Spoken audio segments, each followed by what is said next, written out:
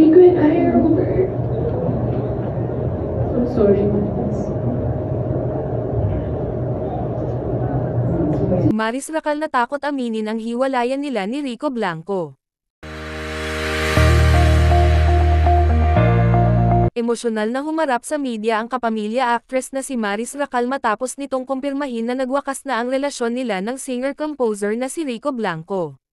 Marami na raw kasi ang nagtatanong sa kanya tungkol sa tunay na estado ng kailang relasyon ngunit natatakot raw siyang aminin ang katotohanan. I'm so scared, I'm really scared. Ang dami kasing tanong about him and I'm here, smiling and nodding. I'm so scared because if I announce it, then it's real. Yeah, Rico and I really over, saad ni Maris. Amin niya. I'm so scared because if I announce it, then it's real.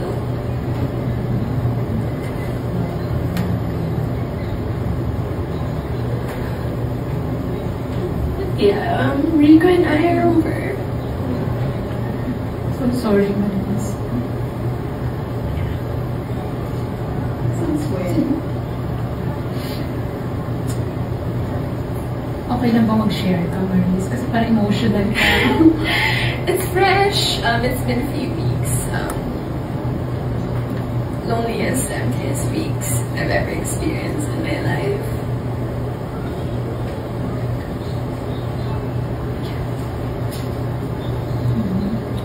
So, I know, may pinagdadaanan ka nga.